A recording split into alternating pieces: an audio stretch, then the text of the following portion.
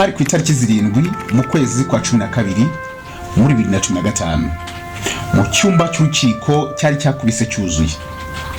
Wari umurinzi wa Perezida Kagame wamubaye inyuma imyaka 20. Yaje gushinjwa ko amwita ko ari umwicanyi, ko ari umuntu ufata ibyemezo ahubutse, ndetse avuga ko ari leta y'abicanyi. Bari muri Sudani hari umugabo umwe w'umuafande kuri telefone ye yari yarashyize mu tune cyangwa se iriya ndirimbo abantu bitabiraho, ariko mu mwanya w'indirimbo ashyiramo ijwi rya His Excellency. Icyo gihe yarahagaranye n'undi mugabo. Uwo mugabo kumva telefone isomye akumva ijwi rya His Excellency, yahise amubwira ngo ariko uwo mugabo umubitse mwiki. Abantu baratunguwe mu rukiko. Ni umugabo watinyutse gufata ibendera ry'u Rwanda akarikura ku mwenda we akarishimisha mu mutwe, agasokoza amarende, abantu barumirwa. Ni umugabo wavuze neza ko umuntu wari wapanze operation yo kwica His Excellency ngo bamutegeye mu bwato bwe aho yagomba guca ku muhazi, akavuga ko uwo muntu ari umwere. Yari afite umugore w'igitangaza warabakuye Rwanda Revenue kuri miliyari 100 ayigeza kuri miliyari 500 muri. Mukuru we yarahunze ageze hanze akazajya avuga nabi ubutegetsi, ndetse nawe ubwo yari yarafunzwe aza kugerageza gucika muri operation yatwaye abantu benshi. Yari umugabo ukomeye.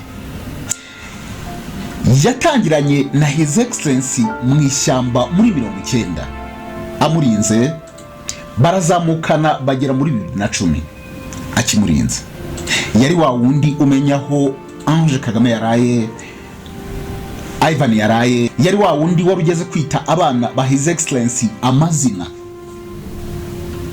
mu makode, ku buryo bavuga ngo H.E Kagame yitwa gutya atazwi nk'amazina twebwe tumuzi, ahubwo abamurinda hari uburyo ki bavugamo mu makode ugahita wumva umuntu barinze. Yari wa wundi wari uzi ngo abana ba perezida barayangaha, umusikomeye yarahangaha, ari we ushobora no kuba ari we muntu ushobora kuba yatwaza His Excellency telefone. Yarakomeye pe. Ariko abantu baribaza ngo umugabo wizewe agakora imyitozo yo ku rwego rwa nyuma akabana n'uwo yararinze mu gihe kingana n'imyaka 20, yaje kugenda bite kugera ubwo amwita umwicanyi, akavuga ko ari leta igishinze inkota, ndetse akagambirira kumugirira nabi. Ahubwo se byaje kugenda bite ku buryo igihugu yarwaniye agisuzugura muri urwo rwego, agafata ibendera ryacyo akarisokoresha umusatsi. Amazina yiswe ni Col.Tom BYABAGAMBA, ubu ngubu uri muri gereza. Abana be baratatse, imiryango mpuzamahanga irataka, yaba abadepite bo mu Bwongereza bandika ibaruwa ziremereye basaba His Excellency kurekura Col.Tom BYABAGAMBA na General Frank Rusagara. Umugore we Marie Bain yari umugore uzwi cyane, yari umugore uzwi cyane, yarazwi nk'umugore w'umugabo ugenda kuri nimiho ya mbere mu gihugu. Yakontroye Rwanda Revenue ayivana ku rwego rumwe ayijyana ku rundi. Yaje kwivamo ajya muri ministeri aba PS, ariko benshi banumvaga ko amanuwe mu nzego. Uyu nguyu yaje kuva inyuma His Excellency ashingwa kurinda abajepe bose, ndetse naza kuhava ashingwa indi emission muri Sudani y'Epfo. Byavuzwe ko yari umuntu wakoranaga cyane n'abakombanye mwasa. Bivugwa ko ari umuntu wakreminze cyane ku rupfu rw'ari umusirikare w'umudemobe wishwe arashwe mu Rwanda. Yafunzwe nabi kugera ku rwego abo umuntu wo kwiba telefone mu rukiko, kandi yari umuntu washoboraga kugura telefone z'igihugu cyose. Byagenze bite ku buryo umuntu ava mu bushorishori akisanga afunganye n'abandi bantu, ndetse aho natabarizwa bikavuga ko arwaye indwara ikomeye muri gereza. Benshi bakemeza ko kuri we kuzava muri gereza ari igitangaza. Reka turebe ku ntango.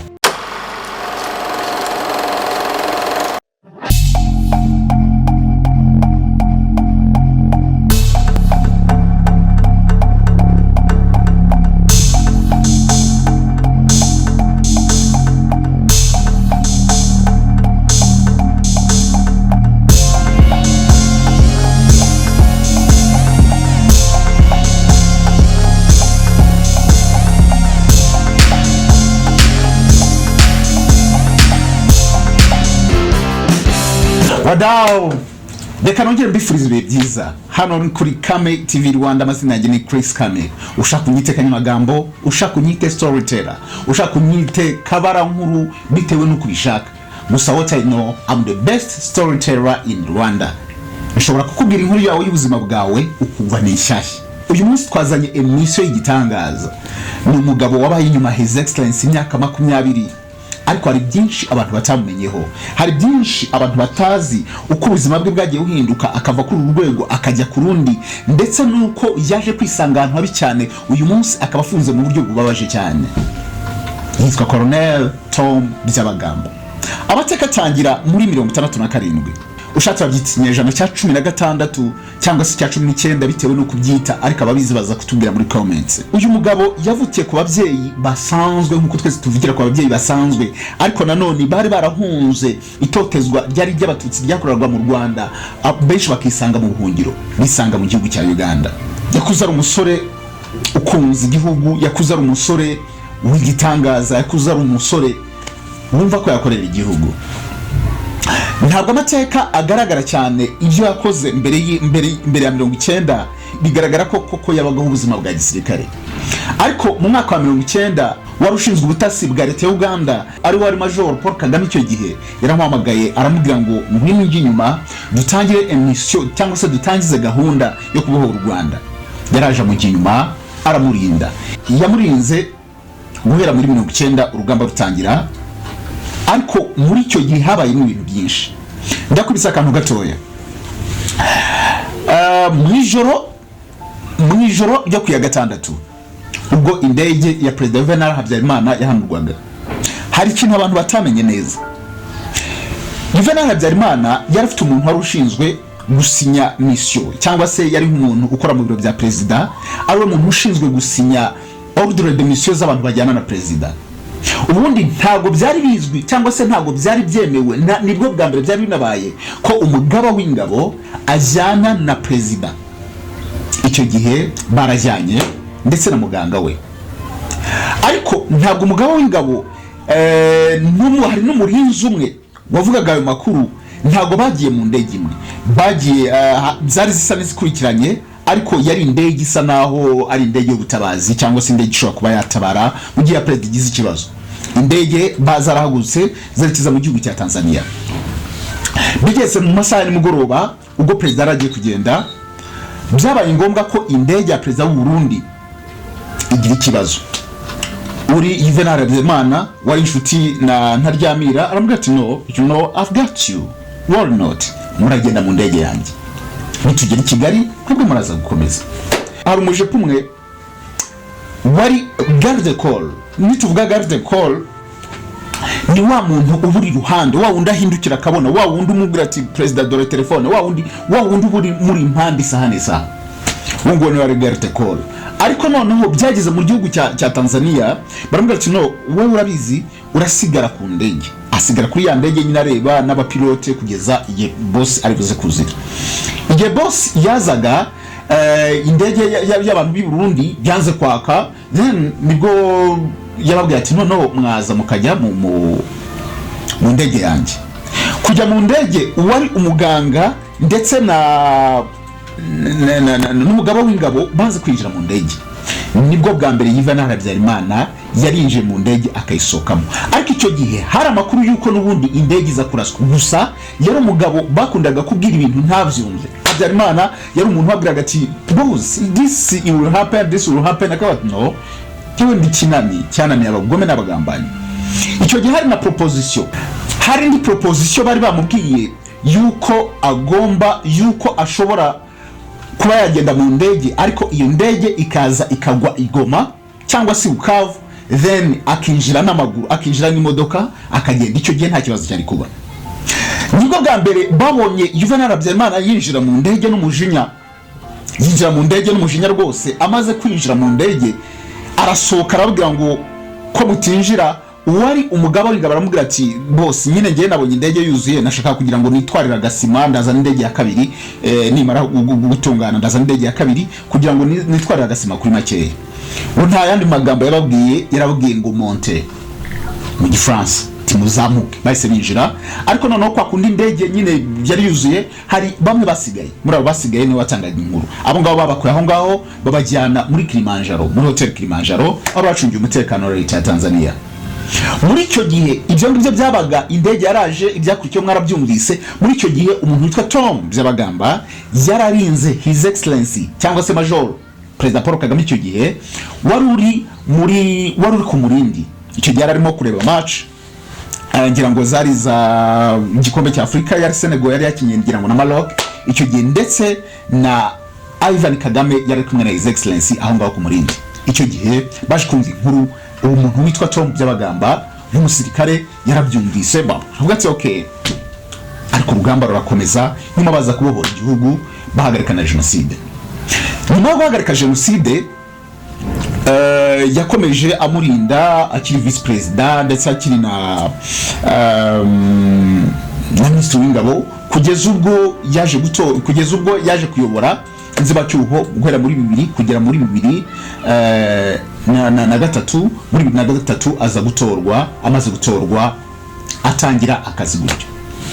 Tom n'ubundi yarakomeje aramurinda. Muri icyo gihe yaje gukora ubukwe n'umuntu witwa Mary Bain ariko muri icyo gihe nawe baza kumushinga kuba umuntu warushinze Rwanda 11.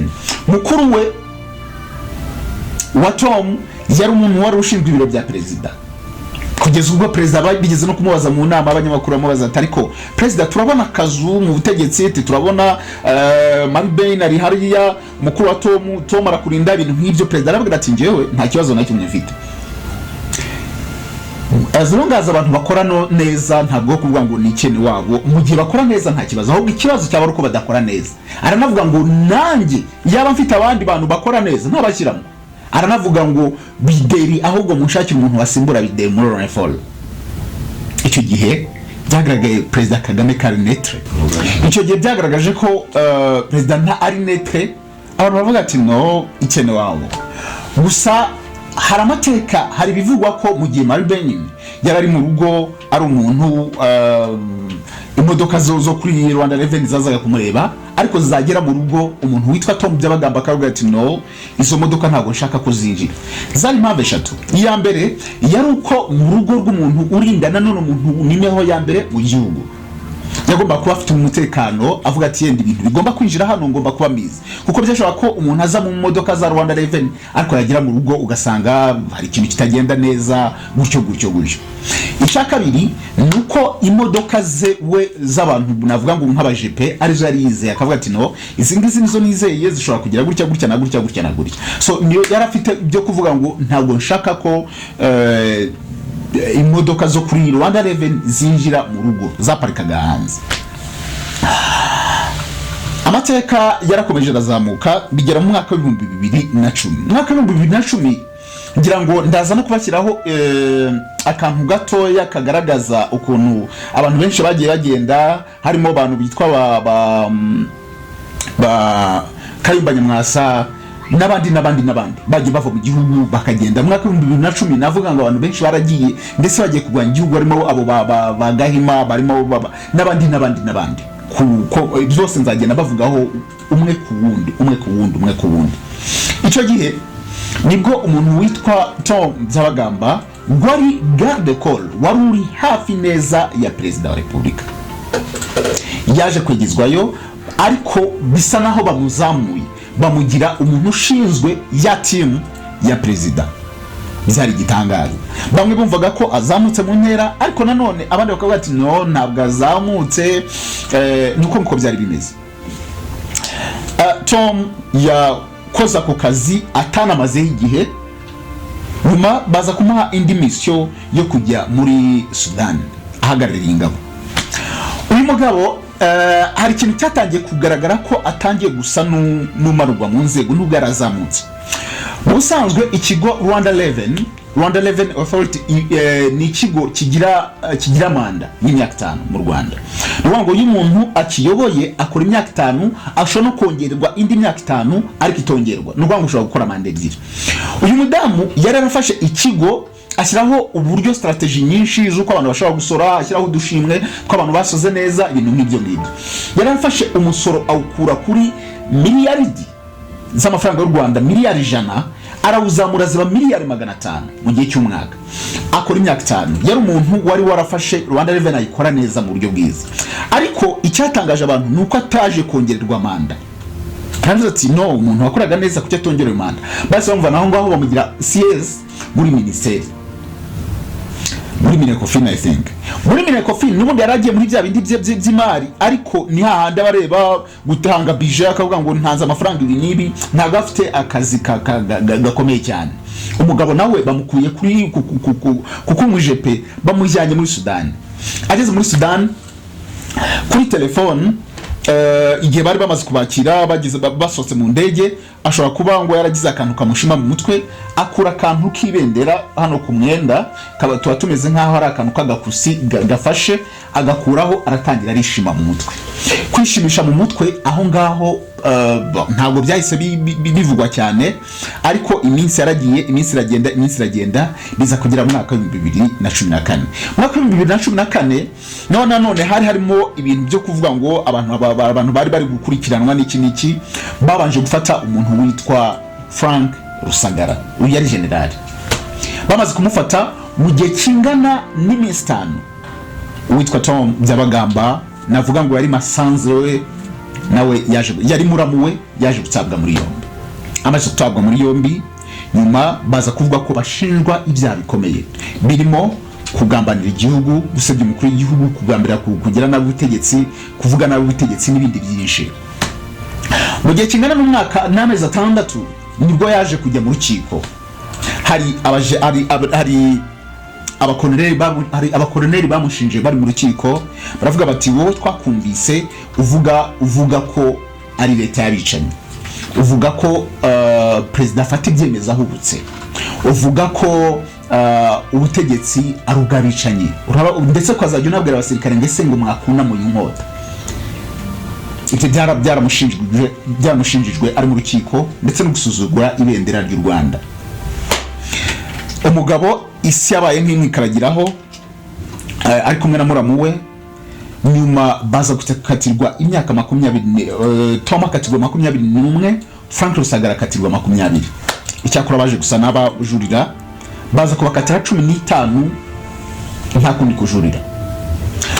Nyuma bemejwe 15 ejo bundi muri 2021 I think nibwo Tom Byabagamba yaje kurikiranwaho nanone ikindi cyaha kirimo kwiba telefone, kugambirira gucika, gutoroka gereza, kugambirira gukora n'abantu bari hanze kugira ngo batoroke gereza, abari muri gereza ndetse n'abari hanze.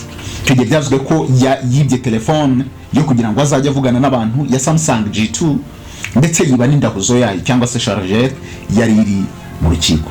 Icyakora iyo telefone ntabwo yagaragaye. Tom Byabagamba ni umuntu wari warizewe cyane, yizerwa na Perezida Paul Kagame. Aramwizera aramwizera ku rwego rwa nyuma. Ariko niwe muntu nanone waje kugaragara avuga ko umuntu bari bafashe ngira ngo nawe yari UMUJEPE, yari umurinzi we, yari yafatiwe muri Uganda azanwa mu Rwanda. We yari afite operation kuvuga ngo bazafata Perezida mu bwato ari gutaha.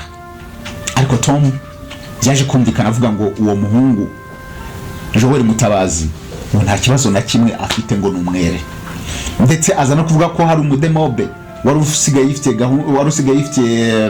ibintu byo gucukura amabuye y'agaciro, business yo gucukura amabuye y'agaciro, ariko yaje kwicwa arashwe mu Rwanda. Aravuga ngo n'ubutegetsi bwamwijwe, ndetse aza gushinja ubutegetsi ko ari bwo bwishe umuntu witwa Patrick Karegeya wishwe ku itariki ya mbere ngira ngo mu mwaka wa 2014 mu kwezi kwa mbere.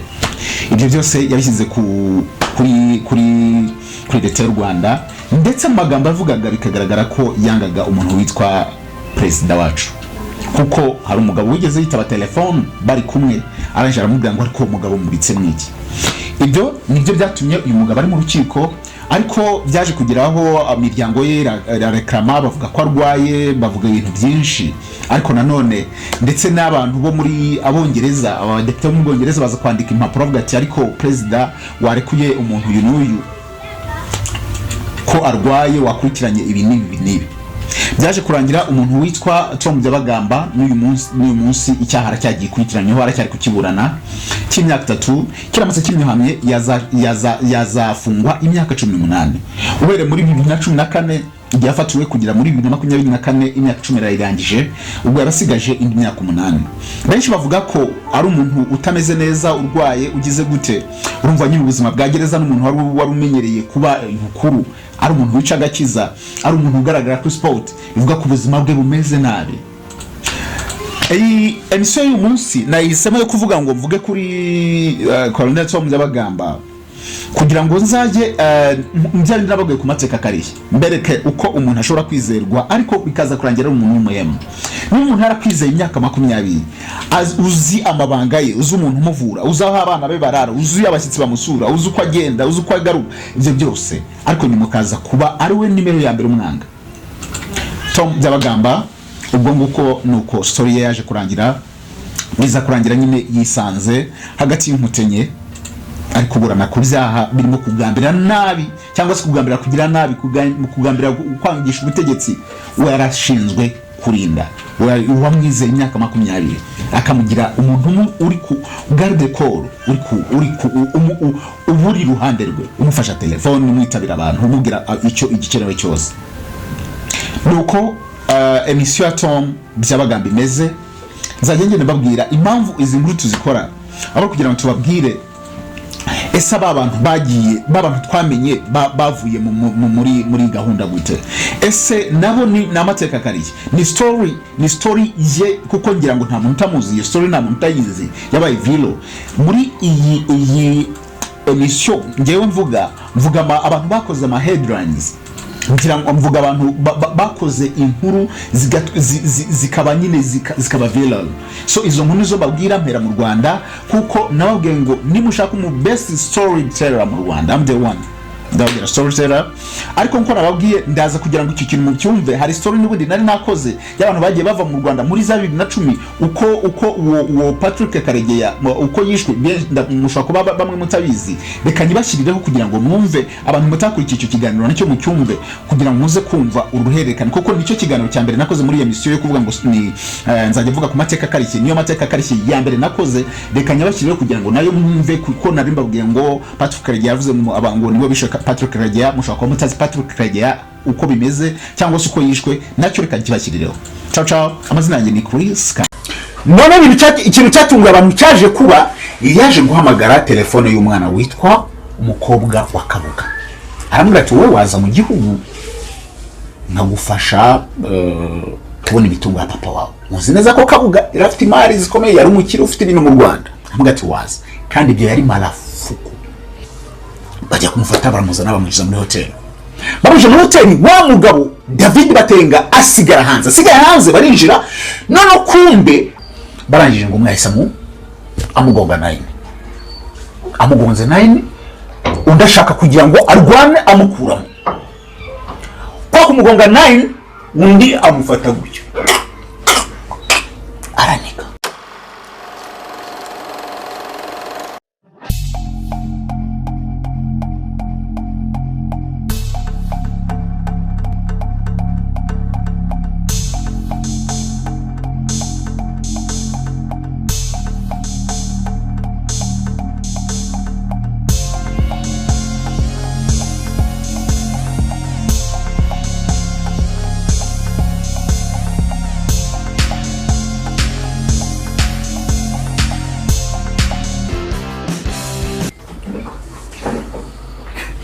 Bro, iyi nkuru mbazaniye none irenze ubwenge bwanjye. Bro, abandi barayumva ukagira muri film ziri muri operation ubu imyaka 10 irashize. Imyaka 10 irashize ubu turi kuvugana. Ko ari 2014 event 2014 gusenda amatariki yatandukanye umwaka urenzeho, ariko actually kuko tubara umwaka tubara imyaka 10. Man, ni ibintu byarenza abantu kugezwa abazungu babyandika nabo bikabarenga. ni operation yakozwe mu gihe cy'iminota mike cyane itagize mu minota 9 y'amasegonda, ngira ngo ni minota 9 y'amasegonda 45 gusa operation yari irangiye. Ni operation abantu bamwe batekereza ko ukuri kwayo ni kumenyekana izandiko mu bitabo, yakozwe mu buryo bwa gihanga buteye ubwoba.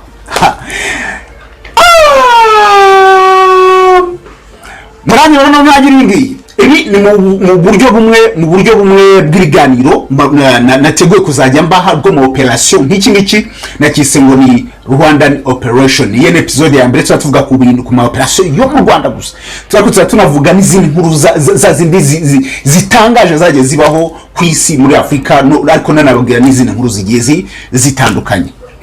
Ati byagenze bite rero? Abarumenye vuga sawa ndinde ho guhakana. Yes, biransaba ko mbasubiza gato cyane muri 59 hagize gutya haba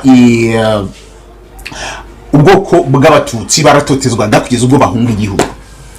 Bahunze igihugu baragenda bajya muri Uganda. Bamwe harabagiye muri Uganda, abandi bajya muri ngira ngo benshi bagiye muri Uganda. Kugera muri Uganda mu mwaka ukurikiyeho mu mwaka w'1960, ababyeyi b'Abanyarwanda baragenda bageze muri Uganda, bajya imbarara muri 60 baza kubyara umwana witwa Patrick Karegeya. Uyu nguyu wumva inkuru ze bro, shatse narakwicecekera. Ubuzima bwe ni filime gusa, ni gisirikare, ni boot. Noneho umuntu twayiwe Col.Tom Museveni byageze mu myaka ngira ngo aza gushaka gukora ubutegetsi, kuko ni intambara zagiye zibanza bikanga bikongera bakagira gute, aza gushaka gukora ubutegetsi. Muri abo bashaka gukora ubutegetsi yashakaga yashyizemo n'Abanyarwanda. Muri Abanyarwanda harimo umuntu witwa n'ubundi Patrick Karegeya. Muri icyo gihe aza gushaka gufasha Museveni gukora ubutegetsi. Noneho bigeze muri 82, icyo gihe afite peti rya lieutenant, baza kumuta muri yombi, baramufunga kuva muri 82 kugeza muri 85, ariko baza kumurekura. Museveni aza gutsinda akora ubutegetsi, Patrick yinjira mu gisirikare cya Col.Tom Museveni. Ibintu bibayaho, ariko uyu mugabo akaba mu kintu cy'ubutasi bro, yarari hejuru. Ubundi igisirikare benshi bavuga ko iyo ufite ubutasi, kimwe cya kabiri cy'intambara already bawagitsinze, niko abantu babivuga. Nuvuga ngo iyo ufite ubutasi bukora neza, iyo ufite amakuru y'intambara, kimwe cya kabiri cy'intambara already wagitsinze. Uyu mugabo yari umutasi, yari navuga ngo yari mu bantu bari imbere cyane mu butegetsi bwa Col.Tom Museveni, cyangwa se mu ntambara bari barwanye. Museveni amaze gufata ubutegetsi, umugabo akomeza mu kazi ke kubutasi.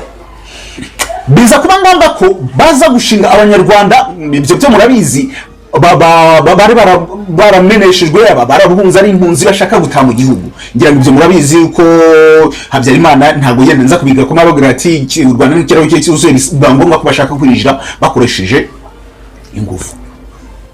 Muri ku itariki ya mbere ngira ngo z'ukwezi kwa 19 baratera, ariko muri abo bateye uyu Patrick ntabwo arimo mu bantu babohoye u Rwanda, ntabwo arahari. Ariko akaba ari umuntu wari uzwi mu butegetsi bwa Uganda nk'umuntu uzi amakuru y'ubutasi, umuntu uzi gucengera, uzi kumanipira, uzi gukora na double agents. Yari umuhanga cyane, akora n'akarere kayihura. RPF iratera, intambara baza kwitsinda, ndetse banagarika jenoside ku itariki ngira ngo enye z'ukwa karindwi muri 1994. Ariko bamaze guhagarika intambara, hari abantu urumva bararwanaga, hari umugabo w'ingabo zatsindwe za Gisfa wari warambutse ari hafi muri Kongo, ariko benshi bakavuga ngo n'ubundi agiye kugaruka kuri ubutegetsi mu Rwanda, bwari busa naho butaranakomera. Icyo gihe abantu bafata ubutegetsi bw'u Rwanda nk'abantu nk'ubutegetsi budafashe, ariko nanone bufite amakarebro bawutinya. Ngo benshi kugeza ubu bavuga ngo ni nk'ikirunga kigiye kuruka ko baravuga ati abo bantu muvigere mu ruduhe, niko barabivugaga. Mwebwe murarufashije ubundi twaje turuwake, niko byari bimeze. U Rwanda hari intambara bro, guhera za 1996 ngira ngo Kongo ya mbere, Kongo ya kabiri, Mojaweti, ibintu nk'ibyo. noneho Museveni akaba yarafite abatasi babiri yizera barimo Patrick Karegeya ngira ngo nakare kayihura noneho u Rwanda rwari rukeneye urumva rumaze gutsinda intambara already ariko rukeneye nanone gukomeza kurwana n'izindi kuko bafashe abantu bashize genocide mu bikorwa babashize ku mupaka u Rwanda rwari rukeneye kuba kubitaba kure cyane bari bakeneye umuntu rero uzi ubutasi bw'ibintu bikorerwa aho ngaho ku mupaka babwira Museveni bati se Perezida Kagame nk'umuntu icyo yari akiri vice president ariko nanone ari umugaba w'ingabo ndetse ari na yari minister of defense abwira Museveni ati none se waduhe mutasi Museveni aravuga ati se baba namwe ndabahande abantu nanjye mfite bari kumfasha mu kazi ndabahande bati ntacyo dutize Patrick Karegeya uyu mugabo bro nuzajya wumva umutasi uzajya uhabuka numva umutasi bakabura ngo uyu muntu akora akazi k'ubutasi iyo umuhabuka bro ndabikubwiye ubwo mu rugo Karegeya umudamu amuzingira ibikapu amubwira ati ubu ngiye mu Rwanda afunze ibuja yuri imodoka inyuma afite igikapu afite ibintu by'ibyombo n'imbura mu musirikare arikaza ariko kuri ya mapeti ye arasa ageze mu Rwanda amubwira ati rero akazi kawe ni ugushinga ubutasi bwo hanze y'igihugu ko nicyo kibazo bari bafite cyane mungati akonako ndagakora akara umuntu wari uzi ikintu indimi yarazizi yari yarasomye ariko nanone n'igisirikare akizi ariko nanone azi amayeri yo gucanganya abantu kugira ngo u Rwanda rwari rukeneye nk'umuntu wagombaga kubakorera operations z'abantu bari hafi ndetse n'intambara zazigiye gukurikiraho kuko urumva hari ubutegetsi bwa Mobutu Sese Seko kuko ngwengu weza banga wari mu gihugu cya Kongo ariko ari nawe wacumbikiye ziriya nterahamwe ndetse yari n'inshuti y'akadusohoka y'umuntu bitabye Imana binavugwa ko imva ye yaza ari we ngo wazanye umuramba akawuzana hariya muri Kongo ndetse ngakawujyana insere aho yabaga bivuga ko ari naho umuramba wa Habyarimana wakinguwe n'ibivugo bari bakeneye gukora ubutegetsi bwa Mobutu ariko none haba ikibazo kimeze gite haba ikibazo kivuga ngo ese turarwana na Mobutu kandi atadushoje intambara u Rwanda nk'abantu bari ubutegetsi abantu basuzugura ariko nanone ngo bufite amakari bro umuntu witwa Kofi Annan muramuzi mwese cyo yarashinzwe ngira ngo ari umuyobozi wa Yoni araza n'indege nziza abaprotokole abantu bamurinze ibintu nk'ibyaraza agera i Kigali yaraje gutwara abantu abasirikare bari barafashije bari mu butumwa bwo kugara amahoro mu Rwanda ariko muzi ko ubutumwa bw'amahoro n'ubundi bwari bwaratsinzwe bitewe nuko n'ubundi ibyo byose byakozwe ingabo zawo niziri kurebera ubwo umuntu witwa Kofi Annan araje ageze ku kibuga bro yabuze umuntu mwakira nta protocol zo kuvuga ngo wewe muyobozi wawe bose bizi ngo yuwe n'ibintu nk'ibyo yararahunga nta muntu mwakira Kofi Annan nk'umuntu wari uje azi neza ko ari bwakirwe bakamubwira ati rumva abasirikare nta kintu badufashije cyangwa se baradufashije ibintu nk'ibyo bakamwakira nk'umuntu ukomeye man niba abantu bakomeye umuyobozi wa birabigo abarenze bro Kofi Annan yararenze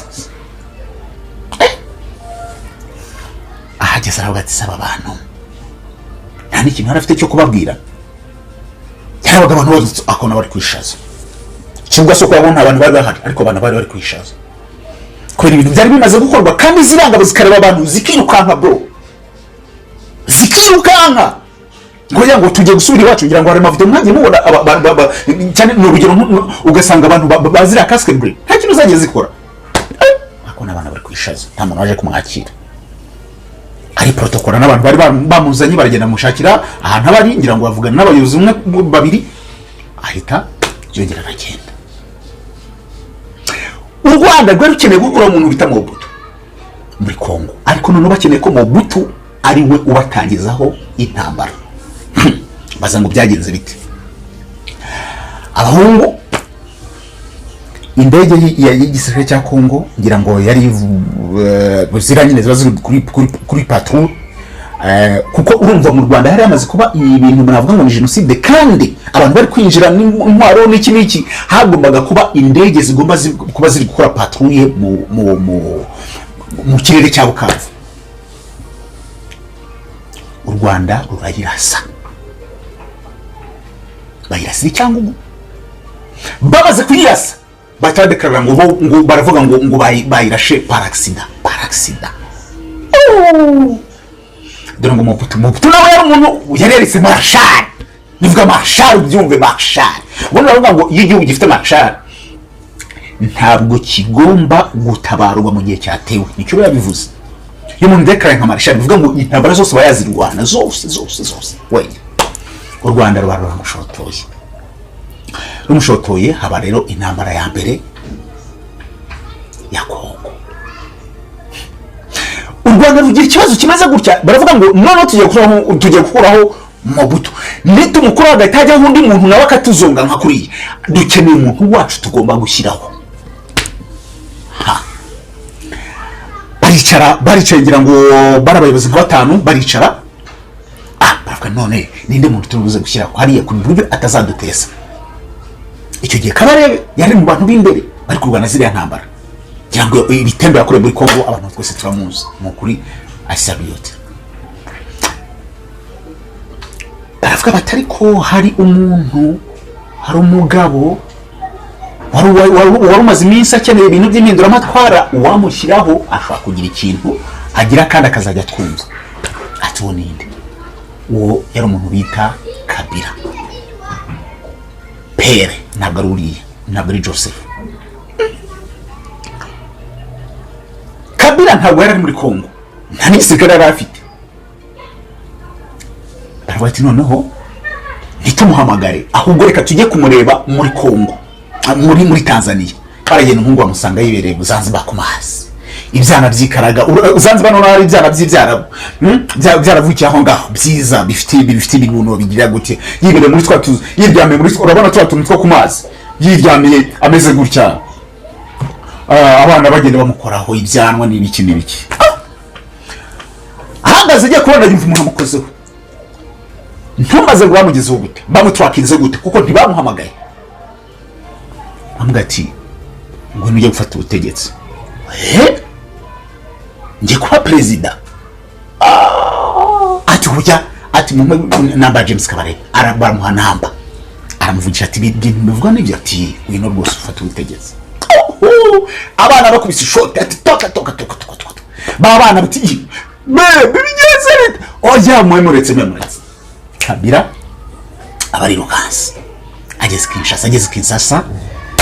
Kabarebe bati rwose intambara twayikoze, umuntu witwa Nuze twamutsinze, umuntu witwa Mobutu ugiye gufata ubutegetsi. Ngo yarasetse cyane arishima, ndetse ngo afata Kabarebe n'ukuri aramushima cyane.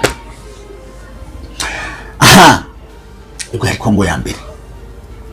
Muri izo operasiyo zari zirimo umuntu wagenda agatanga amakuru hanze avuga ati ibintu bimeze gutya ku mupaka, bimeze gutya, twakora gutya, twagira gutya. Umuntu witwa byari bishinzwe umuntu witwa Patrick Karegeya nawe agenda akora izo operation.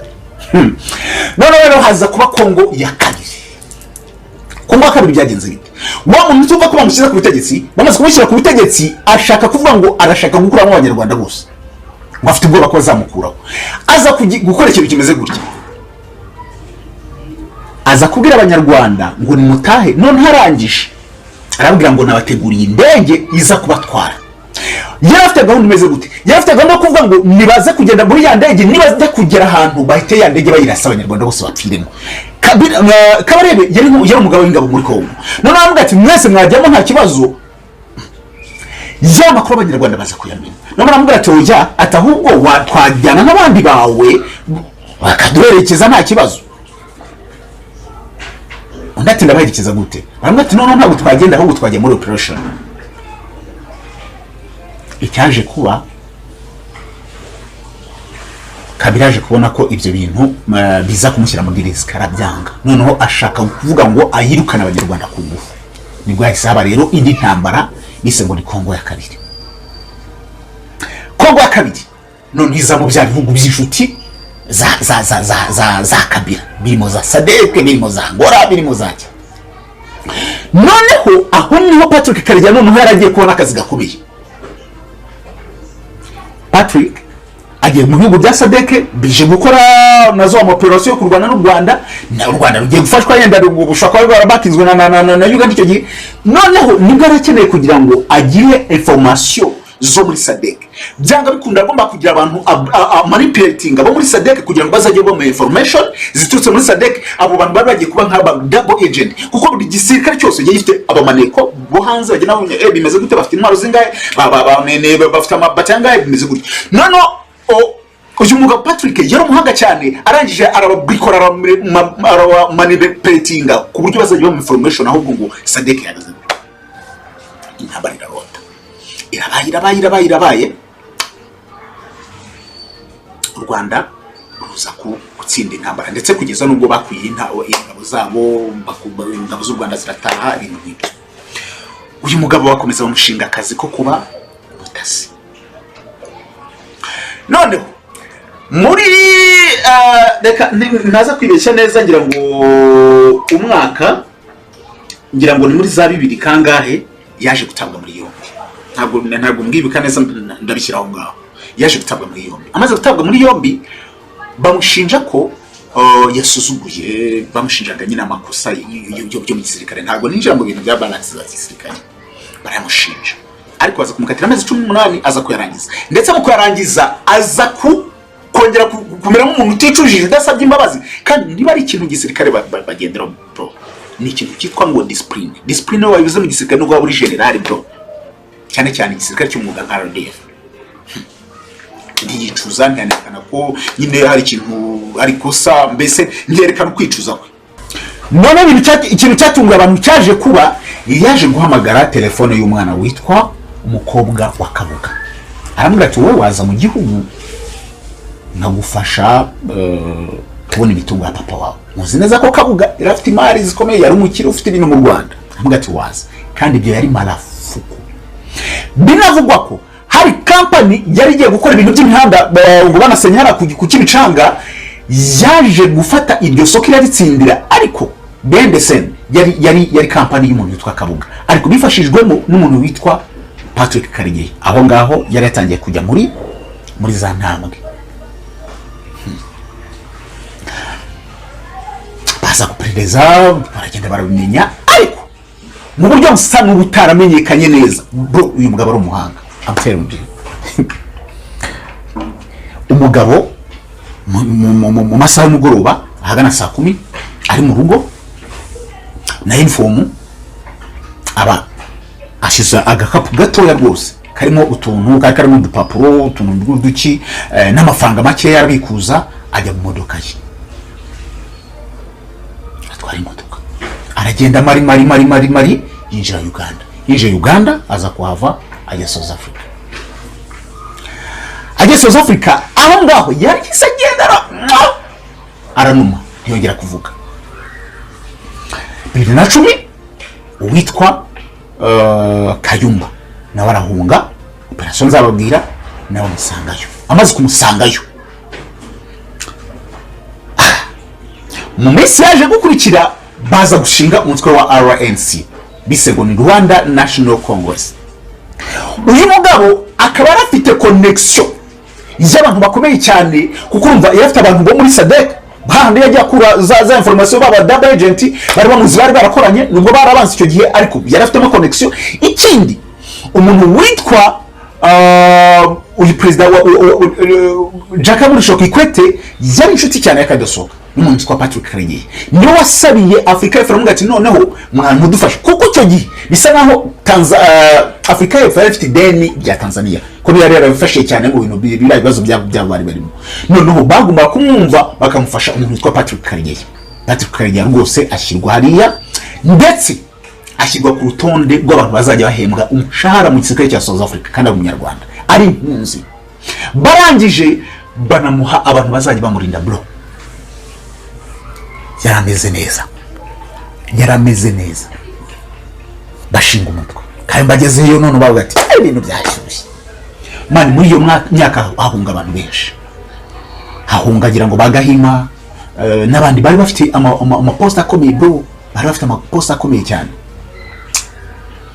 noneho umugabo noneho icyo gihe amaze gushinga RNC, urumva afite escort, afite ibintu bimeze guti ko fari nayo abaperezida afite ma connection y'abantu bazungurutse u Rwanda barimo bashaka muri shokete. muri icyo gihe bivuga ko tanajyaga iminsi cyane n'u Rwanda. ajya ku kimakuru aravuga ati rwose umuntu witwa Perezida Kagame kumukuraho nta kindi uretse imbaraga za gisirikare gusa, kandi ubu nazitangiye. wareba ku ruhande ukabona uwo mugabo arabyimbye bro, ukabona afite abasirikare, ukabona afite ibintu, ukabona yari panze, afite connection, afite amafaranga. barangije baza kumushakira ahantu ho kuzajya gutraininga abasirikare mu buryo bw'ubutasi muri Somalia. akishyurwa ikofi byimbye tiza gutraininga abasirikare kandi uvuye muri South Africa ari connection z'ibihugu. yagomba kuzajya yishyurwa amafaranga ari ku rwego rwo hejuru. ayo mafaranga rero umugabo aripanga bro, aripanga niko bitwa bayivude kuri BBC. ibintu byari bimeze nabi man. bivuga ko icyo gihe yari uwo mwanzi nimeho ya mbere ya leta y'u Rwanda. ntabwo u Rwanda icyo gihe rwari kunezerwa, ntabwo rwari kwicara ngo rutuze. imyaka iragiye 2013 ku itariki ya 28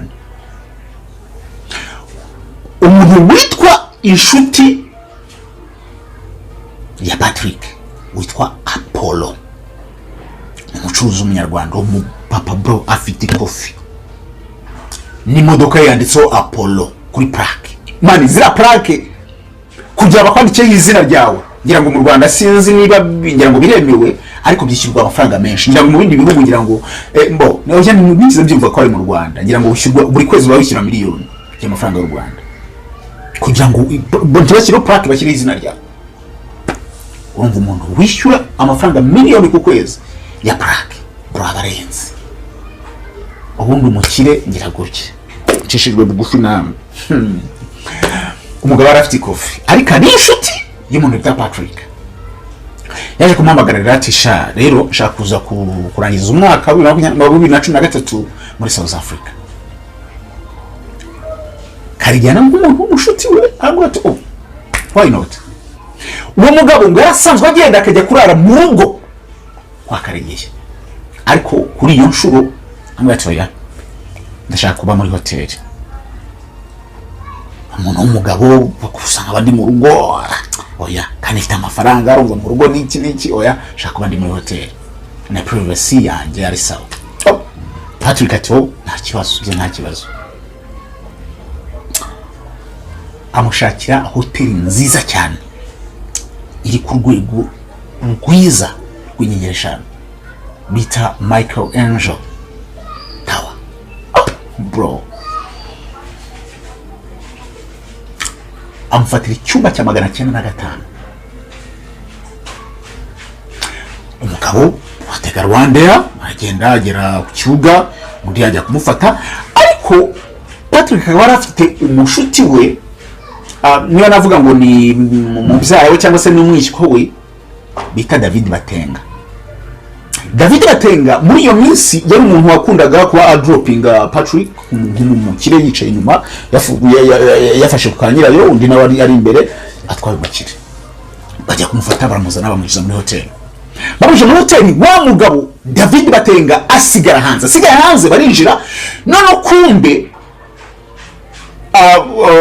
Karegeya n'umukire barazamuka bajya muri hoteli. uwo munsi David ati bamaze kuva muri hoteli, yamaze kureba icyumba n'iki barasohoka. watujyana ahantu twarebera match. ati hari ahantu heza, hari class abantu bifite nabajyana. wa mugabo uwo mugabo David Batenga yarazi umujyi byadanje, hagati ahantu hose agezweho hari yagahita bajyana, arabajyana bajya kureba match. Arsenal n'abafana ikipe zitandukanye bana batera blague n'ibinjuga bihenze urumva bareba match ati nagutsinze nagutsinze ariko bakize muri aho ngo bagiye kureba match hagana mu masaa 2 biza kugera saa 4 David aza kuvuga kangiye kubareba araza saa 4 asanga match yanarangiye arabagarura adropinga umwe kuri hotel undamutwariwe ku itariki ya 29 baramubwira ati noneho watujyana ahantu hari gym na sauna massage byiza cyane biri class abajyanye bakumayo nawe niki aza kubabwira ati senze kuza kubafata batoya turaza kwiyaranja turaza kureba uko tugira bitaha ntacyo ati wegende bwe buri muzawe baragenda bakire baruga abana bari bakora mu gituza babaganiriza aho ngaho ibintu byari sawa cyane iryo joro tariki 29 ku itariki ya 30 ngira ngo ukwezi kwa 12 kugira iminsi 31 ngira ngo reka ndebe 1 2 3 4 5 6 7 8 9 10 11 na 2 tariki ya 29 so story barataha n'abandi barataha itariki ya 30 n'ubundi bajya kwirebera match ariko match noneho bayirebeye muri ya hotel ntago bagiye ngo David batenga yirirwa abatemberana nta yabatwaye ku itariki ya 31 uwo munsi David noneho aravuga ati nanjye mfite akagahunda uyu munsi ntabwo ndi buboneke hari mu byara we wari ufite adosoro muramu we wari ufite akantu k'agapati yagomba nawe kujyamo ambwira ati okay nta kibazo noneho ahagana saa 6:12 yari saa 5:48 saa 6 z'ijoro David yaje guhamagara Patrick ari umuntu ugira telefone 3 bro umuntu umutasi kugira ngo uve kubyamubabaje yari umuntu ugenda na telefone 3 harimo na sim card y'Rwanda kandi amazina yaravuye mu Rwanda ariko arafite sim card y'Rwanda ayikoresha South Africa ahamagara telefone ngo amufurize juste mwaka mushya Patrick phone zizica marko ntiyazifata okay nta kibazo abakenda ubwo umugabo bishimye nawe mu nshuti we arabireka ariryamira noneho hari umukobwa wa Patrick wabaga mu Bubiligi ngira ngo ni mu Bubiligi aza guhamagara papa we ngo amwifurize nawe umwaka mushya nawe ntiyamubona ndetse we n'umudamu wabaga muri sawa muri mu leta zunze za Amerika nawe aramuhamagara ntiyamubona ntabwo ati what's coincidence kuki noneho atari kwitaba telefone bakamamagara kuri za namba zishatu kugeza ubwo bahamagara namba y'Inyarwanda barajya mu gitondo wa David Batenga ajya kwa Patrick ageze kwa Patrick abona muri parking nta modoka ihari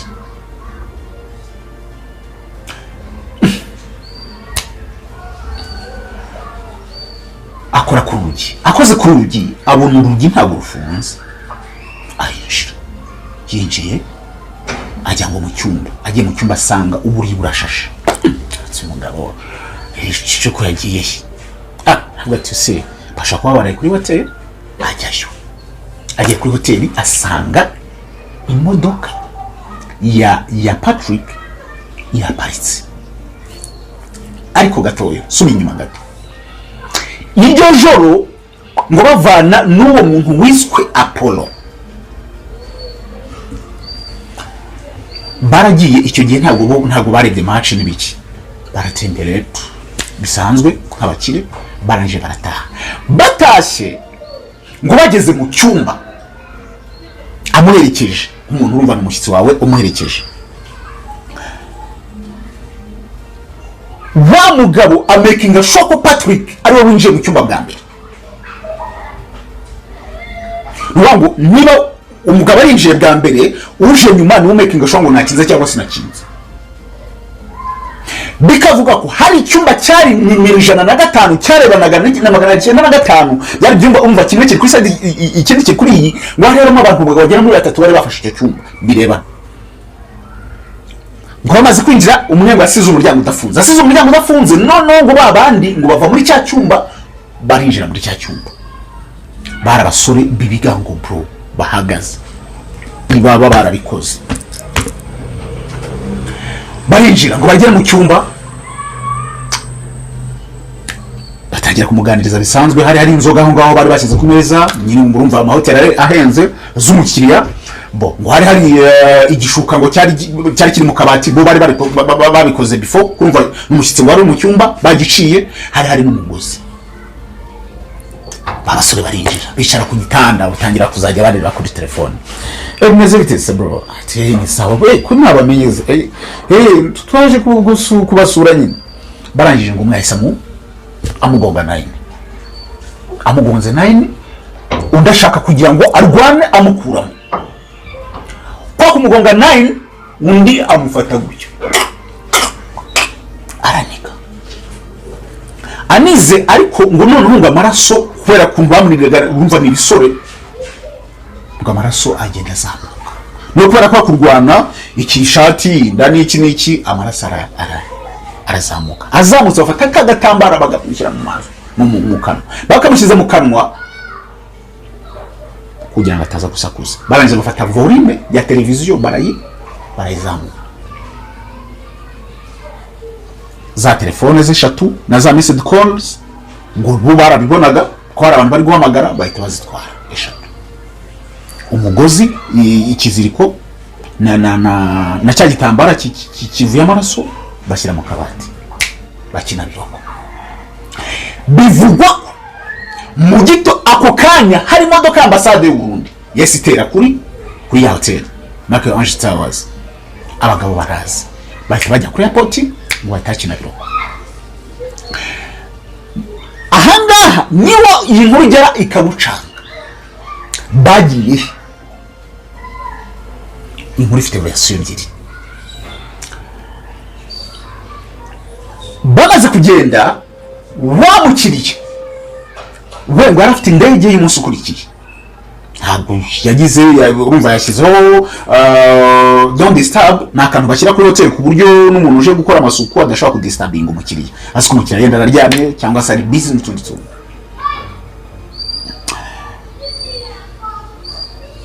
Noneho gwa undi we yapanze yuriye indege umunsi ukurikiye ngo Patrick aferi ibirarangiye. None muri cya gitondo David Batenga aza kureba muyomba we hageze abona imodoka iri hariya. Ati okay bari hano araza. Sorry nitwa gutya nitwa David Batenga narije kureba umuntu witwa Apollo. Kumbi Apollo ni izina ry'akabyiniriro.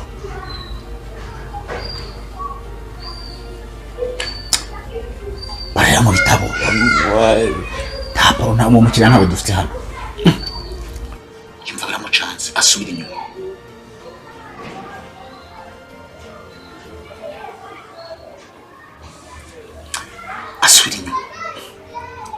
Apollo ntawe muri hotel yumva bibaye nk'ibimucanga. Aragenda arahagarara ariyumvira kandi aragatera se waza nkavuga ko ndi gushaka Patrick kuko urumva ngo undi wa mbere ntabwo aramuzi ariko ngo none ntiyanamukundaga ngo ntiyakundaga Apollo ngo bitewe nuko ngo Apollo ngo yabaga muri South Africa telefone zaba ziri sawa ariko yasoka muri South Africa phone ntongere kumubona kujya kumora kuri telefone ngagarutse South Africa. Ariyo mpamvu ngo David Batenga ngatamukundaga ariko Patrick wakamukunda bikomeye cyane.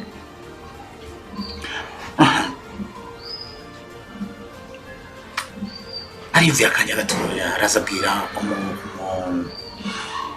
receptioniste kuri hotel Macaroni Towers amubwira ati narije gushaka umuntu witwa Kayumba nani Patrick Karegeye. Ndati Patrick, okay, ararambura impapuro. Patrick arahari afite icyumba cya magana cyenda na gatanu. Ndati okay mwamundera. Okay, nta kibazo. Tumubwire ko witwa nde? Nitwa David Baten. Okay, tumubwire ko ndi mwishywa we narije kumubwira. Okay, so mu cyumba baramagaye phone buri muntu yita. Okay, umukiriya ashobora kuba aryamye, so uguraza kumureba. Ati okay, undi nawe aragenda agumari. Ariko noneho abasekirite bayahotel bamugati ko tinje udasaba service ukabona hagaze bite. Undi ati oya ni umuntu waje gushaka ariko none kutambaje kuri reception nambaje ariko barambira ngo nze kugaruka ariko ndumva ndatekanye. Okay, so ndari none bagire ko nyine ikibazo ufite ureke muri hano kuko hano ntabwo byemeye kubuhagaze hano. Asubira kuri reception ati bwose ndumva ndatekanye kubera ko umuntu ndi gushaka mwandebera mwanyemerera mukajyayo mukareba. Ndati ufite ikibazo iki? Umukiriya araryamye niba tutabye telefone ubwo bivuga ngo ari busy kandi ntabwo ubwo burenganzira tuba tubufite. Okay, wa mukobwa umutima mwiza ambwa okay because we insistinze rekangeyo. Aragenda ageze yasanga hari agapapuro kanditseho ngo do not disturb. Aramuga ati rero umuntu ari busy aramujyana. Undati bibaye saa 2 saa 3 ni n'umunsi umwaka mushya. Hari ibiganiro bagomba kugirana muri RNC. Uyu mugabo nawe yari umwe mu bantu bo muri RNC. Uyu David Batenga ati nuza Patrick ntabwo yakabaye twamuhamagaye umugore we ni umuntu yo wamuhamagaye akabona phone kandi ikindi ntabwo akunda kuryamagagiza amasaha. Ni bisanzwe nta nubwo akunda kurara mu hotel. Nta nubwo mbese ni kuvuga ngo araye muri hotel ntabwo bibaho. Arabati harishobora kuba ari ikibazo. Umukobwa mwati rero kwitesha umwanya ndi mu kazi mukiriya yaje gufata hotel genda abantu baramagara security sorry umuntu ababona ntabwo ashaka kugenda kugeza ubu wamagaye manager wa hotel. Kwati umuntu rero yaduteje ikibazo. Hari umuntu urimo hano ngo sinzi ngo ni mubyara we sinzi ngo babana muki ntabwo ashaka kugenda twamwirukanye yanze.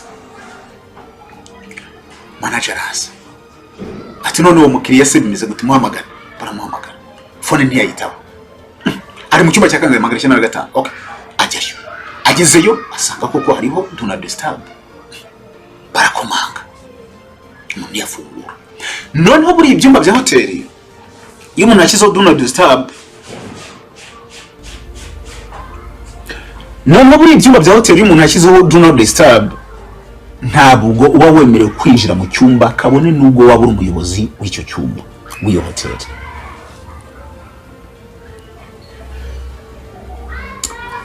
Byasabye ko bahamagara polisi. Barayihamagara iraza babwira ikibazo. Polisi itegeka ko bacurugi ihari. Bararuca bacurugi basanga umuntu koko araryama mu cyumba ariyoroshe rwose amashuka ageze hano. Kuyo umuntu wo muri hotel saga sorry kabisa atari kubwira Patrick ati sorry kabisa we've disturbed you, we are sorry. Bari tuka wa David Batenga ati sorry kabisa. Bafunga umuryango. Amaze gufunga umuryango umukopo n'umupolisi umwe wari urimo wiyenyeriye rwose. Ariko umukiriya ugeza saa 4 ati ubundi ibyumba iyo umuntu yafashe icyumba agisoka amasanga ati ni saa 3 saa 4. None se saa 3 ntabwo umuntu yakaba byibira amatanye no kwitegura kunamusabye imbabazi umuntu akaba nta reaction yagize. Baravuga ati koko ibyo bintu bishobora kuba ari byo. Barongera barafungura. Bamaze gufungura barinjira. Binjiye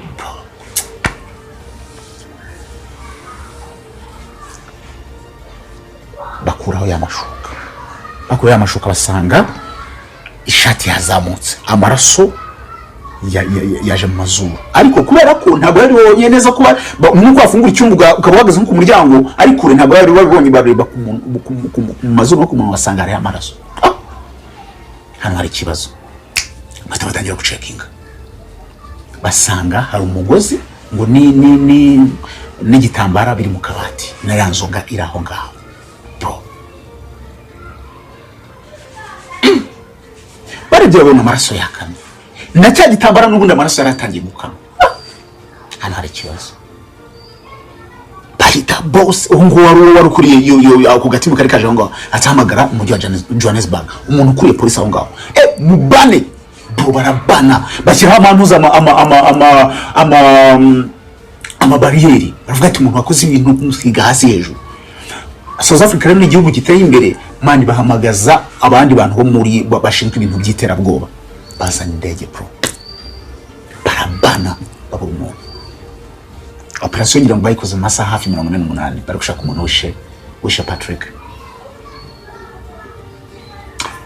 bataba bafungura ikirego baza kugira umusirikare umupolisi umwe ati gendo umupolisi ari umuhanga cyane mu bintu bijyanye no kuri ibintu by'amenyetso by'intoki kumva bari basize igitambara bari bamunize of course bagomba kumenya ngo ninde wamunize rero no story ihitibera mbaya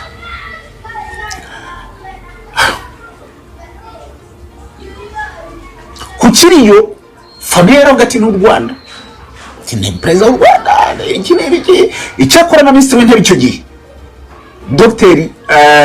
yari ingira ngo habumuremyi yandize kuri Twitter avuga ngo nta umuntu wese uzagambanira u Rwanda ntabwo azabona amahoro ndetse na President Paul Kagame mu masengesho yagiye ku itariki 14 z'ukwezi kwa mbere masengesho yo gusabira igihugu na yaravuze ati nta muntu uzagambanira u Rwanda uzagira amahoro ariko ivyo nibyo buriyeho gusa ariko n'umuntu wari we wese ko kugambanira u Rwanda nta muntu wose wari wese ntawe ndabona rwose atuza agatunganiro mana ahura ni sinzi ikintu kimufata mwahuranye umukobwa we bari mu kiriyaza kubivuga aravuga ati rwose ngewe ndishobora ko ari u Rwanda ibintu nk'ibyo kundi wa mupolisi woherejwe gukora iperereza kuri bya bintu bya fingerprints yari umuntu uzi cyane urumva Patrick umuntu wari usanzwe aba mu gisirikare banamuhemba bari bamuzi ahamagarwa na telefone umuntu witwa Kayumba Nyamwasa aramuhamagara mugati rero niba ugiye gukora ibintu bya fingerprints ugomba utanga ntuvuga ibyo yabonye bamuhakanwa kabitugukwa kugeza ubwo iperereza ryagomba gufata abantu bo muri RNC kuko cyari igihe cyo kugenda bikiza abantu bamwe na bamwe ko hari bitangiye ngo kuba mu bintu bisa naho ari bwumvikane buke kugeza ubwo dossier yahise ihinduka batajya kwishyira ku Rwanda ariko u Rwanda babura ibimenyetso bakavuga ko uwo Apollo ngo yaratumwe n'u Rwanda ariko Apollo mu busanzwe uri mucuruzi kujya South Africa it's normal thing so kuri iyo operation nubwo bavuga ngo Apollo ni wari uhari ariko ntabwo ari Apollo ngo bamwitira undi muntu witwa Apollo bikavuga ko iyo operation yakozwe bamwe ku ruhande rumwe bavuga ko ari RNC abandi bakavuga ko ari u Rwanda ariko trace yarabuze ubu ngubu imyaka 10 irashize Patrick Karegeya yitabye Imana ariko ngira ngo nta trace y'umuntu wamuhitanye ihari ngira ngo abantu bamwe bagiye bafata harimo nyine umupolisi wo muri South Africa ariko nta trace ni muretse ko abantu babivuga gutyo gusa y'u Rwanda ihari Patrick Karegeya bamwe bajya kubya umuceri ku kiriyo cye ubuzima burakomeza RNC iza guhura n'ibibazo nabyo nyuma bazi kugenda bacikagurikamo kugeza ubwo uyu munsi RNC ari iraho ngaho gusa nyine kiraho ngaho ko bivuga ko bagenda barya amafaranga sinzi amafaranga basabye urugiro barayarya mbese nabo ubwabo bananiwe kwifatanya ariko iyo ni story y'umuntu wari ufite bro yarakomengera mu uyu munsi yaba Patrick Karegeya ari mu Rwanda yakari wa muntu tugira gutya niba mubona ukuntu kubaha James Kabarebe Patrick nawe yakaba ari umuntu tugira gutya Patrick akaba ari umuntu ufite abana be bameze neza cyane Patrick akaba ari umuntu ushobora kuvuga ngo ubu ngubu yenda ndi muri Senate ubu ngubu afite akazi keza yenda ari we muntu yenda unagirira president nama mu bijyanye n'ubutasi yakaba ari umuntu ujya mu buri deals z'u Rwanda mpuzamahanga, yakaba ari umuntu wubashywe ufite igihugu nk'umuntu koko wari waraje urumva akazi yakoze icyo gihe, yakaba ntabwo ari umuntu wari kurangira gutyo gusa. So ni bya bindi twuvuga ngo ni amahitamo mabi y'umuntu, yahisemo amahitamo mabi ajya ku bantu barwanya igihugu kandi ahantu yavutse ari mu buhungiro, ajya kuvuga ngo abantu bavuga ngo niba arakoraga ziriya operasiyo zo gutata nuko ashaka abanye igihugu bamera neza. Ariko none icyo gihe hari abantu bagiye bafatwa muri za 2010 bateye isasu mu Rwanda, bagasanga bakora trose, bagasanga bafitanye isano na RNC yakambanye Mwasa ndetse na Patrick Kariye. Bivuga ngo icyo gihe niba umuntu agiye kumena amaraso y'abatura Rwanda, sometime hari n'igimana nakaka bati ariko ni ryo herezo ryo witwa Patrick Kariye nuko ryagenze. Ahungu bamupiga 9, ubuzima bwe burarangira. Ngira ngo asiga inkuru imeze gutyo imusozi, kandi ari umuntu ngira ngo wakabaye ubungubu yarashyinguwe mu marank yenda yaba yarapfuye nko mu Rwanda, ari mu kazi k'u Rwanda yarapfuye mu marank, imbunda zikarasa kwakundi barasisha imbunda nk'icyenda gutya nk'umuntu watabarutse, bakamuha icyubahiro kigenewe umusirikare. Abana be bakameze neza, RDF kamuha icyubahiro mukwiye, ndetse ubutasi bakamuha icyubahiro bumukwiye. Rero nguko umuntu wese wagambanira u Rwanda cyangwa se ushaka kugambanira u Rwanda nuko ibye akenshi birangira, sometimes bakashyira ku Rwanda, ariko kuri side zindi usanga ari n'ibintu biba byarashyizwe ku ari babandi n'ubundi bakorana bashaka kumukura mu nzira. Hari ibyanditswe mu gitabo cya Michael Long, uyu nguyu ndetse bivuga ko atarakunda u Rwanda cyane, ari umuntu ushaka ikintu cyahungabanya cyangwa se cyakusiga isura mbi ubutegetsi bw'u Rwanda. Niwe wanditse igitabo Do Not Disturb, ashyiramo biriya, ariko we muri iriya story nakubwiye we yavugaga ko ari u Rwanda. Niyo mpamvu press akavuga ngo n'abanyarwanda bari batutse mu Rwanda, ngo batumwe ngo kugizwe bakwitaga bamuryaga bamupegaga za nayandi bamuniga n'iki bafata ama selfie, babanaza gukina biroko, babanaza gukina gutya igipfunsi, izwo ngo abahungu bamuzinze hano hasi, abandi bamuzinga amaboko, undi apiga nayo gutya, ibye birarangira. Ariko ngira ngo icyo gitabo ni ikintu cyo kusiga isura mbi u Rwanda. Ariko Patrick Kariye ibyo nuko byagenze, no umuntu wari utangiye kujya mu bikorwa by'iterabwoba ndetse no kugira ngo abuze abanyarwanda umudendezo. Bro, abanyarwanda navuga ngo ubutasi bw'u Rwanda bari abantu bagiye batuma bakayumba, bagiye batuma ngira ngo babafashe mu masegonda make, harimo n'abagiye bakabafata bamwe bakababika muri gereza nk'ukwezi bategereje abandi. Bro, ingabo zacu, ubutasi bw'igihugu, ipolisi cyacu, urwego rw'ubugenzacyaha, bro, bakora akazi karenze. Bro, ntabwo ndabona abantu sindabona yenda ngo uhure n'umusirikare mu ati bro ukora akazi rwose umugire gutya. Kuba turi hano no kubera aba bagabo, bro, no kubera aba bagabo.